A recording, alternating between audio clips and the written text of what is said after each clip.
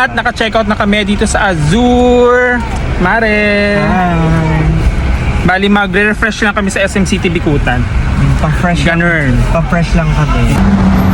Thank you Azure. Ayan o, mga pa-out. Nag-check out na rin mga yan. Check out ang mga person. A few moments later. Dito muna kami sa SM Bikutan. Di pa muna kami uuwi. So, nag-staycation nga kami sa Azure Urban Resort Residences. Ito yung bagong food hall. Bale, kakain muna kami dito ng aming lunch.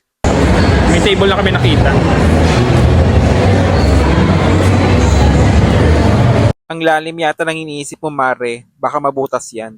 Ipakita ko lang sa inyo ang bagong bukas na food hall dito sa level 3 ng New Wing ng SM City Bikutan.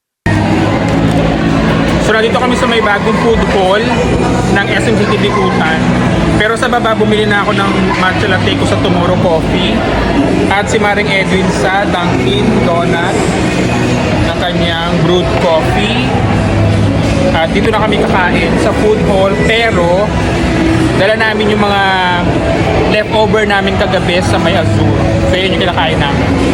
So, yan pa nga yung leftover na pizza na in-order namin nang mag-staycation kami sa Azure Urban Resort Residences. A few moments later.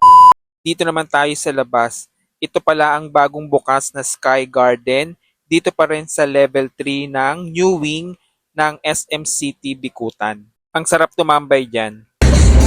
Nandito kami sa may Sky Garden. Bagong bukas lang dito sa level 3 ng SM City Bikutan, New Wing.